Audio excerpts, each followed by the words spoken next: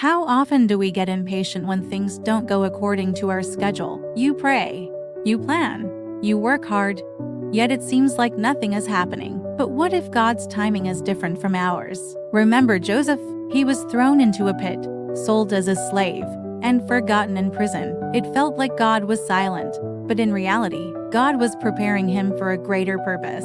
To save a nation. Genesis chapter 37, 39 and 41. When we feel stuck, it's easy to assume God has forgotten us. But just because it's delayed doesn't mean it's denied.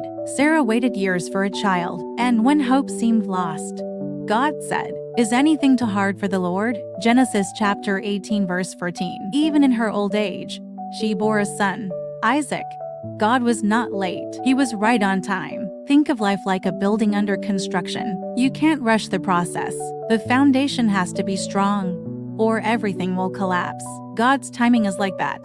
Precise, intentional, and perfect. David was anointed to be king, but instead of a throne, he got a cave. He spent years running for his life, but God was shaping him into a king after his own heart. 1 Samuel chapter 16 to 24. So, if you're waiting, don't lose heart. God hasn't forgotten you. You're not being ignored. You're being prepared. Even when it seemed like all was lost. Jesus' death wasn't the end.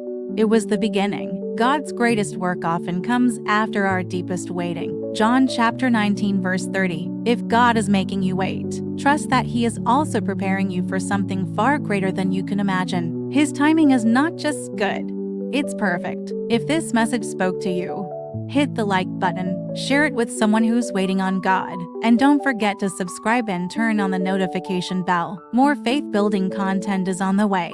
Stay encouraged, stay patient, and remember, God's timing is always right on time.